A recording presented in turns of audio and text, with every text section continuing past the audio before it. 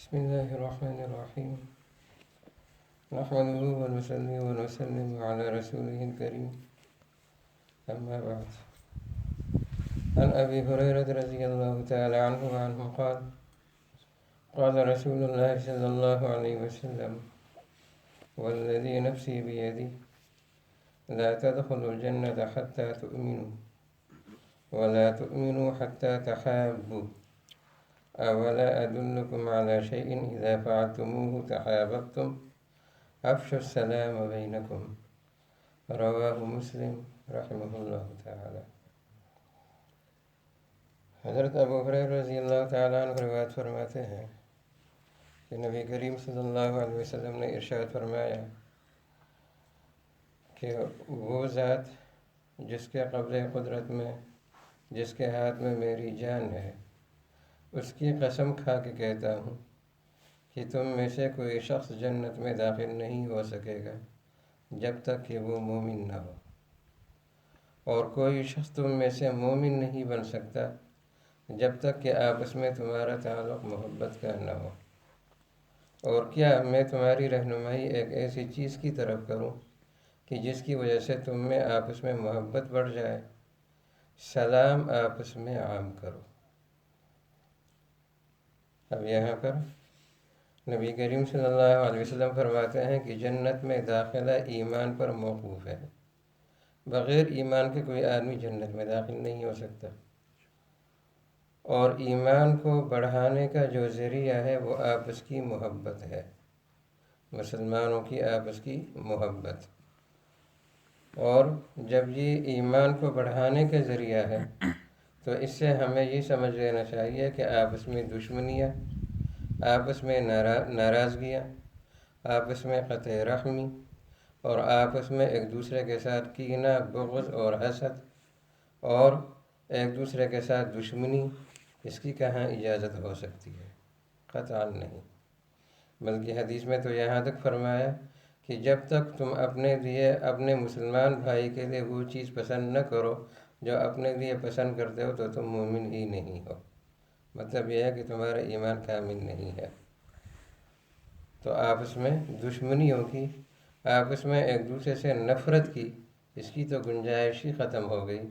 مسلمان کی ذمہ داری ہے کہ دوسرا مسلمان چاہے اس کا رشتہ دار ہو، چاہے رشتہ دار نہ ہو، چاہے اس کا رنگ کیسا ہو، چاہے اس کا خاندان کوئی ہو، چاہے اس کا علاقہ کوئی ہو، اگر وہ دوسرا مسلمان ہے تو اس مسلمان کے دل میں اس مسلمان کی محبت ہونی چاہیے۔ حضرت ابو بکر صدیق رضی اللہ عنہ نے حضرت بلال حبشی رضی اللہ عنہ کو خرید کر آزاد کر دیا۔ غلام تھے اور ان کا مالک ان کو بہت زیادہ ستایا کرتا تھا، اور یہ بے ہوشی کی حالت میں بھی احد احد کہتے کہ میں ایک اللہ کو مانتا ہوں، بتوں کا انکار کرتا ہوں۔ تو ایسی حالت میں حضرت ابوبکر صدیق رضی اللہ عنہ نے حضرت بلال حبشی رضی اللہ عنہ کو، جو حبشہ کے تھے، غلام تھے، ان کو خرید کر آزاد کیا۔ تو حضرت عمر فاروق رضی اللہ عنہ کو جب پتہ چلا تو انہوں نے فرمایا کہ ابو بکر سیدنا وَأَعْتَقَ سیدنا، ابو بکر ہمارے سردار ہیں اور انہوں نے ہمارے سردار کو آزاد کیا۔ وہ بلال جو غلام تھے وہ قریشی نہیں تھے، وہ مکہ کے نہیں تھے، وہ حبشہ کے تھے، رنگ کے کالے تھے، لیکن حضرت عمر فاروق رضی اللہ عنہ دین کی وجہ سے ان کے بارے میں فرماتے ہیں کہ وہ ہمارے سردار تھے، اور حضرت ابوبکر رضی اللہ عنہ نے ہمارے سردار کو آزاد کیا۔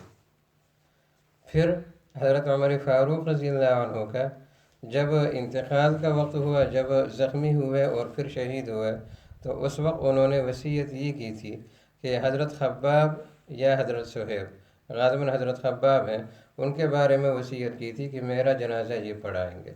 وہ بھی غلام تھے اور پھر بعد میں ان کو آزادی ملی تھی، لیکن حضرت عمر فاروق رضی اللہ عنہ کے ذہن میں ان کا اتنا زیادہ اکرام اور احترام تھا کہ اپنا جنازہ پڑھانے کی وصیت ان کے بارے میں فرمائی تھی کہ یہ میرا جنازہ پڑھائیں گے۔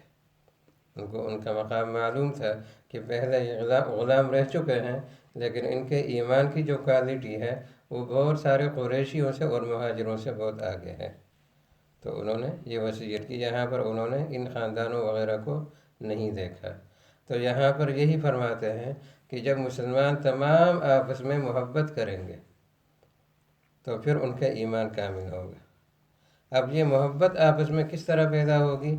تو فرمایا کہ افشوا السلام بینکم، کہ سلام آپس میں عام کرو، جس کو پہچانتے ہو اس کو بھی سلام کرو، اور جس کو نہیں پہچانتے اس کو بھی سلام کرو۔ اور اس سلام میں اللہ تبارک و تعالیٰ نے عجیب مٹھاس رکھی ہے، اس میں ایک شیرینی ہے، ایک مٹھاس ہے کہ جب انسان دوسرے کو سلام کرتا ہے تو دوسرے کے دل میں آٹومیٹک اس کی محبت پیدا ہو جاتی ہے، اس کے ساتھ اپنائیت اور انس کا تعلق پیدا ہو جاتا ہے۔ اور نبی کریم صلی اللہ علیہ وسلم کی سنتوں میں سے یہ واحد سنت ہے کہ جو اللہ تبارک و تعالیٰ بھی کرتے ہیں اور فرشتے بھی کریں گے اور مسلمان بھی جنت میں کریں گے۔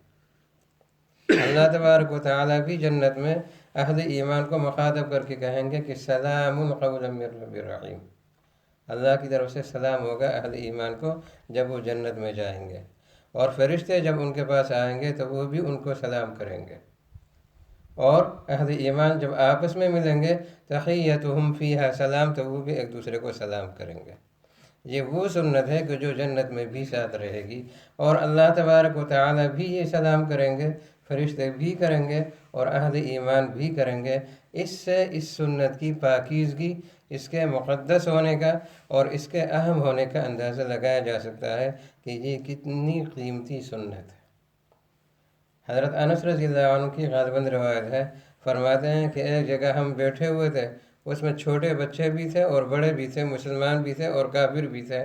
نبی کریم صلی اللہ علیہ وسلم جب ہمارے پاس سے گزرے تو آپ نے ہم کو سلام کیا۔ تو اتنا زیادہ اہتمام آپ صلی اللہ علیہ وسلم نے اس سلام کا کیا ہے۔